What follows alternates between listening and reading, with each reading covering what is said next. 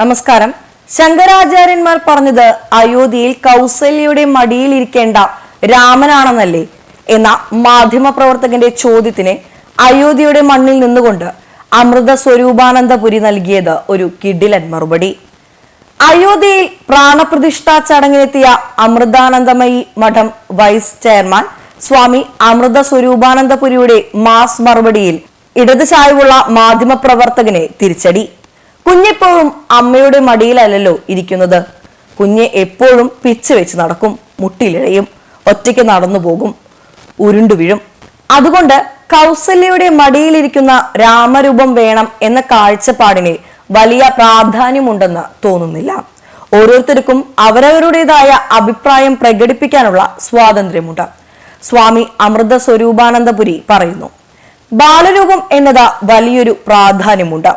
എല്ലാ കുഞ്ഞുങ്ങൾക്കും പൊതുവായ ഒരു സ്വഭാവമാണ് നിഷ്കളങ്കത.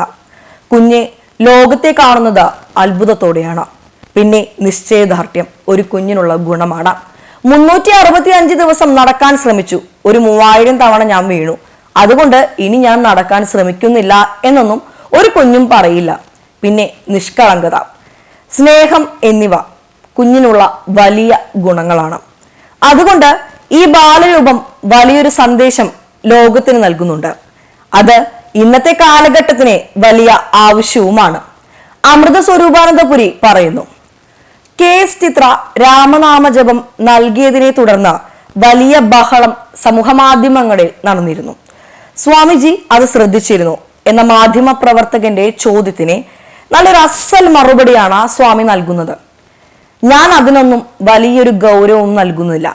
ഇത് ദുഷിച്ച മനസ്സുകളുടെ, ആത്മനിയന്ത്രണമില്ലാത്ത മനസ്സുകളുടെ വിമർശനങ്ങളാണ്. വിമർശനമാകാം, പക്ഷേ അത് ക്രിയാത്മകമായിരിക്കണം, സമൂഹത്തിനെ പ്രയോജനപ്പെടുത്തുന്നതായിരിക്കണം. ഇത്രയും കിട്ടിയതോടെ മാധ്യമ പ്രവർത്തകൻ വിവാദ ചോദ്യങ്ങൾ നിർത്തി തടിതപ്പി. News desk Bharathabhoomi.